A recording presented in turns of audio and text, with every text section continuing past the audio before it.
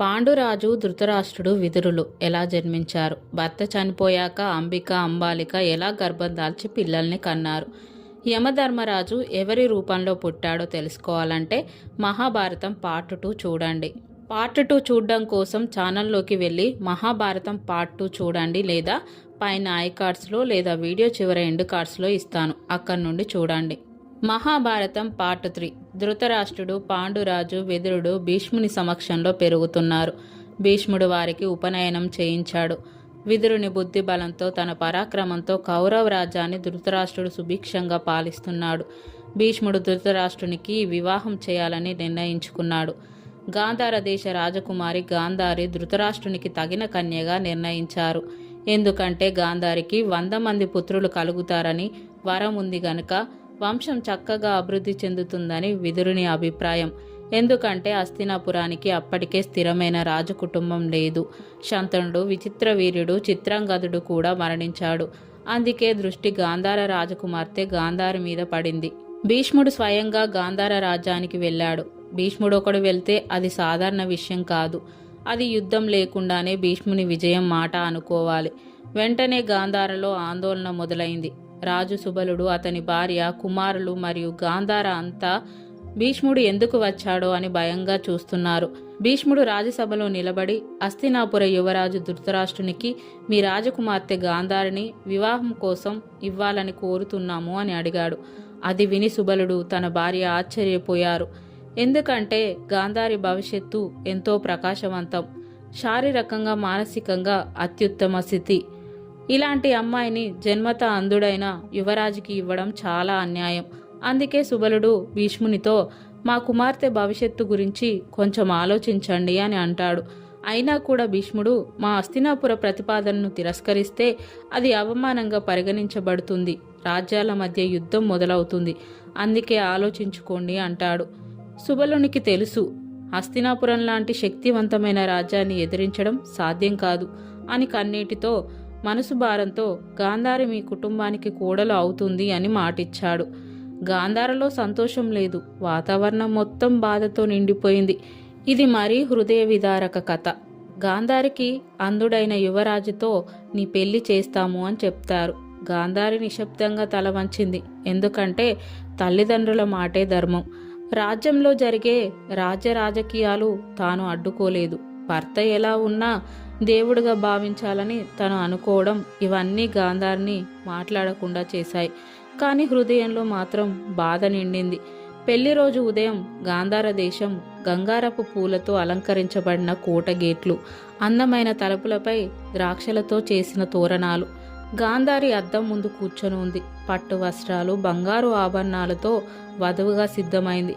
కాని చివర్లో గాంధారి నెమ్మదిగా ఒక నల్లటి వస్త్రంను తీసుకొని తన కళ్ళకు కట్టుకుంది. అలంకరించడానికి వచ్చిన మగవలు, రాజకుమార్తె పెళ్లి రోజు ఇలా ఎందుకు కళ్ళకు కట్టుకుంటున్నారు అని అడిగారు. దానికి గాంధారి, భార్యగా నా కర్తవ్యం అతడి వెంట నడవడం. అతడు చీకట్లో ఉన్నప్పుడు నేను వెలుతురులో నడవడం ధర్మం కాదు. నా భర్త చీకట్లో ఉంటే నేను కూడా అదే చీకట్లో జీవిస్తాను. అప్పుడు మాత్రమే నేను అతనికి సమానురాలు, నిజమైన భార్య అవుతాను అంటుంది. భీష్ముడు గంభీరంగా వచ్చి సుబలునికి నమస్కరించాడు. అప్పుడే అతను గాంధారి కళ్ళ మీద కట్టుకున్న కళ్ళకట్టును గమనించాడు. అతని హృదయం ఒక్క క్షణం బాధతో నిండింది. కానీ చూడనట్టుగా నిశ్శబ్దంగా ఉన్నాడు. మండపం అందంగా అలంకరించారు. గాంధారిని చేయి పట్టుకొని తీసుకువస్తున్నారు. వివాహం తంతు ప్రారంభమైంది. మండపంలో చిన్న విరామంలో ధృతరాష్ట్రుడు గాంధారితో, నీకు చూపు ఉంది, అయినా కూడా ఇలా ఎందుకు చేశావు అని అడిగాడు.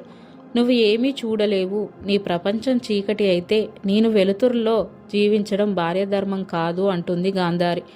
ఆమె సమాధానంని ధృతరాష్ట్రుడు హృదయంతో విన్నాడు. తన పతివ్రత్యానికి ఆమె సమాధానం చరిత్రలో నిలిచిపోయింది. ఆమె హృదయం ఎంత గొప్పదో చూశాడు. గాంధారి చేతిని పట్టుకున్నప్పుడు ధృతరాష్ట్రుడు ఆమె కళ్ళకట్టు వెనుక ఉన్న శాంతి, త్యాగం, ధైర్యం అతడు స్పృశించగలిగాడు.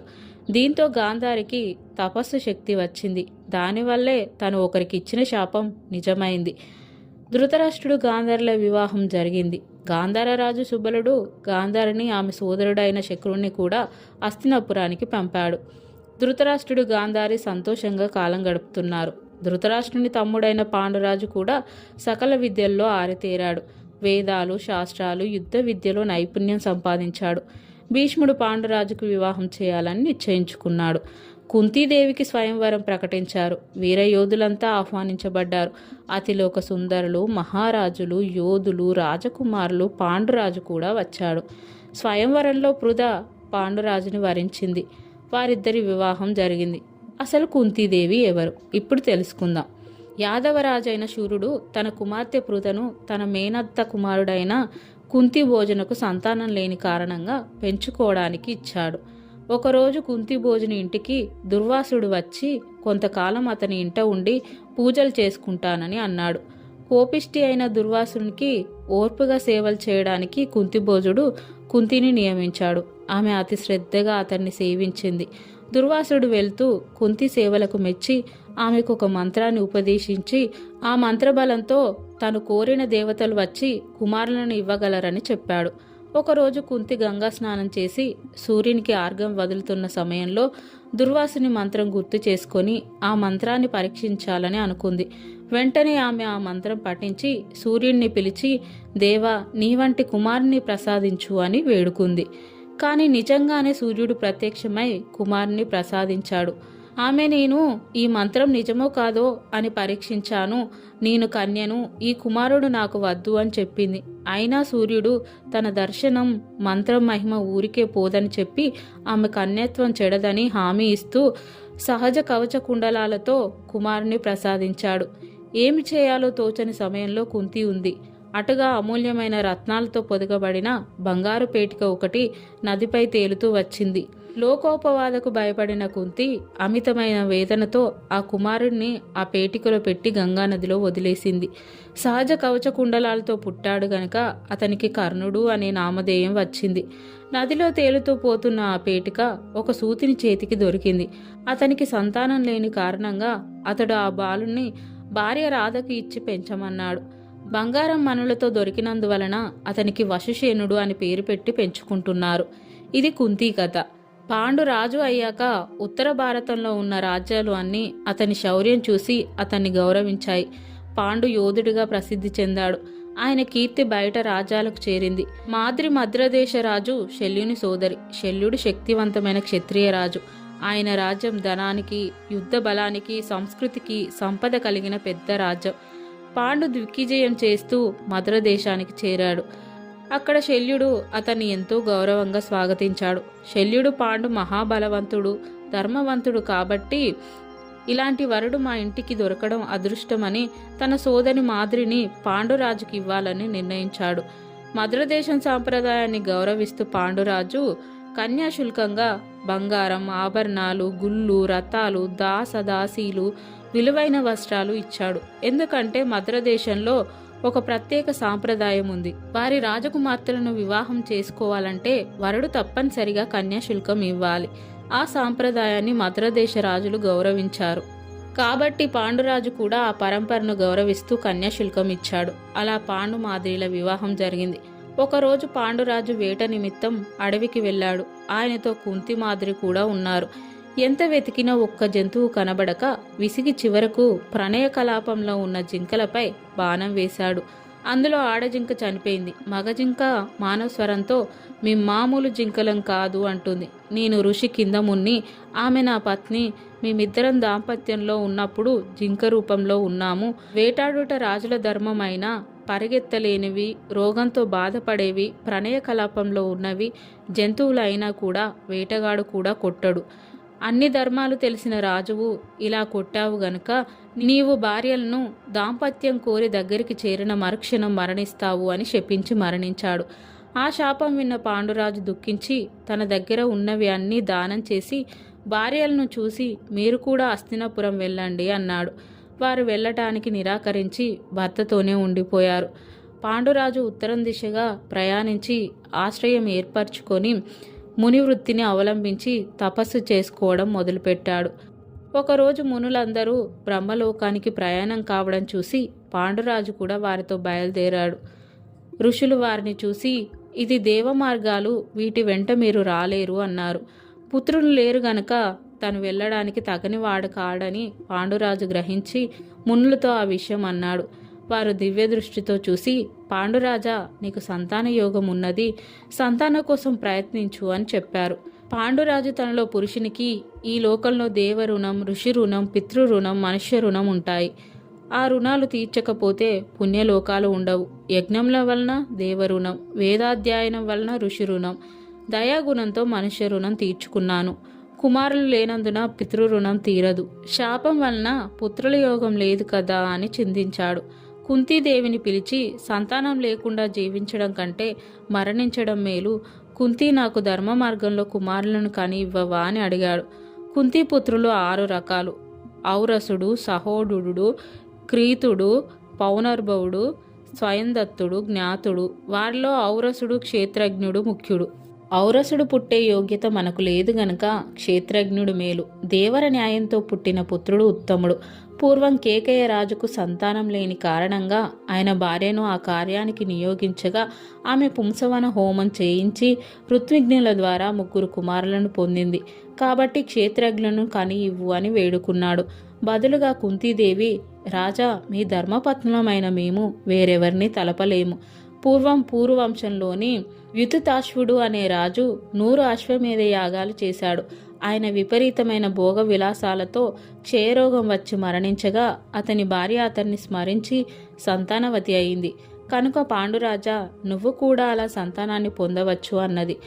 పాండురాజు కుంతి చెప్పిన మార్గం ఆచరణ అసాధ్యం అనుకున్నాడు. పాండురాజు కుంతితో, పూర్వం స్త్రీలు సర్వస్వతంత్రులు. వారు భర్త అనుమతితో గాని, భర్త అనుమతి లేకుండా గాని సంతానవంతులయ్యేవారు. ఒకరోజు ఉద్దాలకుని భార్య ఋతుమతి అయిన తరుణంలో ఇంటికి అతిథిగా వచ్చిన ఒక వృద్ధ బ్రాహ్మణుడు ఆమె యందు సంతానం పొందాలని అనుకున్నాడు. అది చూసిన ఉద్దాలకుని కుమారుడు కోపించి అది ధర్మ విరుద్ధమని భావించాడు. ఆ రోజు నుండి స్త్రీలు పురుషులను కోరకూడదని, అలా చేస్తే పాపం వస్తుందని కట్టడి చేశాడు. అప్పటి నుండి స్త్రీలు భర్త అనుమతి లేకుండా పరపురుషుణ్ణి చేరడం లేదు, కానీ భర్త అనుమతితో పొందవచ్చు.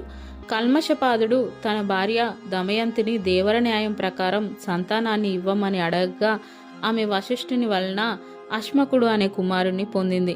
అలాగే నీవు కూడా దేవర న్యాయంతో నాకు పుత్రులను పొంది ఇవ్వు, నీకు చేతులెత్తి నమస్కరిస్తాను అని దీనంగా వేడుకున్నాడు. పాండురాజు ఆవేదన చూడలేక కుంతీదేవి పాండురాజుకు తనకు దుర్వాసముని ఇచ్చిన వరం గురించి చెప్పింది. కాని కర్ణుని జన్మం తప్ప అంతా వివరించింది. కుంతికి ఆ మంత్ర సహాయంతో సంతానం కలుగుతుంది కనుక ఏ దేవత సహాయంతో సంతానం పొందాలో ఆనతి ఇవ్వమని పాండురాజుని అడిగింది. దానికి పాండురాజు, ధర్మదేవతకు మించిన దైవం లేదు కనుక అతన్ని స్మరించి పుత్రుని పొందమన్నాడు. అలా భర్త చేత నియోగించబడిన కుంతి ధర్మరాజుని స్మరించి పుత్రుణ్ణి పొందింది. అతనికి యుధిష్ఠిరుడు అని నామకరణం చేశారు. ఋషులు అతను కురువంశానికి రాజై ధర్మబద్ధంగా రాజ్యపాలన చేస్తాడు అని పలికారు.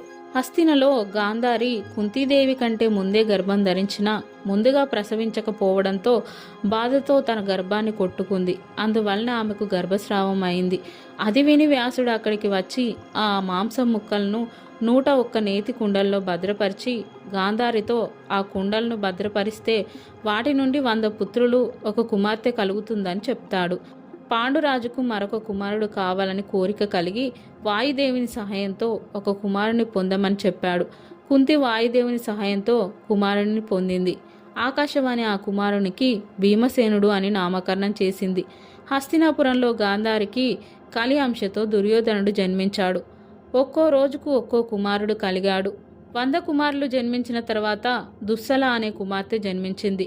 దుర్యోధనుని జననం తర్వాత గోచరించిన దుశ్శకునాలను చూసిన భీష్మ, విదుర, పురోహితులు కలత చెంది అతడు కులక్షయకారకుడు అవుతాడని అతన్ని వదిలివేసి అందరినీ రక్షించమని మిగిలిన కుమారులను పెంచుకోమని చెప్పారు. కానీ పుత్రుని మీద మమకారంతో ధృతరాష్ట్రుడు దుర్యోధనుడిని వదలడానికి అనుమతించలేదు. కుంతీదేవి ఒకసారి భీముని ఎత్తుకొని దేవాలయానికి వెళ్తున్న సమయంలో ఒక పులి ఆమె మీదకు వచ్చింది. పాండురాజు దాన్ని చంపేలోగా కుంతి భీముణ్ణి ఒక బండరాతిపై జార విడిచింది.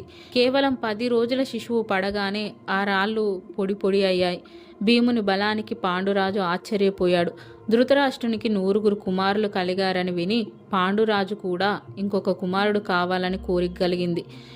అతడు దేవేంద్రుడి గురించి తపస్సు చేశాడు. దేవేంద్రుడు ప్రత్యక్షమై ముల్లోకాలని జయించగలిగిన కుమారుడు కలుగుతాడని వరమిస్తాడు. కుంతీదేవితో దేవతల అధిపతి అయిన ఇంద్రుని అంశతో ఒక కుమారుని పొందమని చెప్పాడు. కుంతీదేవికి ఉత్తర పల్గుని నక్షత్రంలో తేజవంతుడైన పుత్రుడు కలిగాడు. అప్పుడు ఆకాశవాణి ఇతను కార్తావ వీరార్జుని కంటే వీరుడవుతాడు కనుక అర్జునుడు అని పిలువబడతాడు అని పలికింది. కుంతీదేవి గాంధారి సంతానవంతులైన తర్వాత మాద్రి సంతానం కోసం చింతించడం చూసిన పాండురాజు కుంతితో మంత్రమహిమ ద్వారా మాద్రికి సంతానం కలిగించమని అడిగాడు. కుంతి మాద్రికి మంత్రోపదేశం చేయించగా మాద్రి అశ్విని దేవతల అంశతో నకుల సహదేవులను పొందింది. తర్వాత ఏం జరిగింది? పాండురాజు మాద్రి వలన ఎలా మరణించాడు? హస్తినాపురానికి వెళ్ళాక పాండవుల పరిస్థితి ఎలా ఉంది? భీముడిని చంపడానికి దుర్యోధనుడు ఎలాంటి ప్రయత్నాలు చేశాడు? తెలియాలంటే నెక్స్ట్ పార్ట్ కోసం వేచి చూడండి.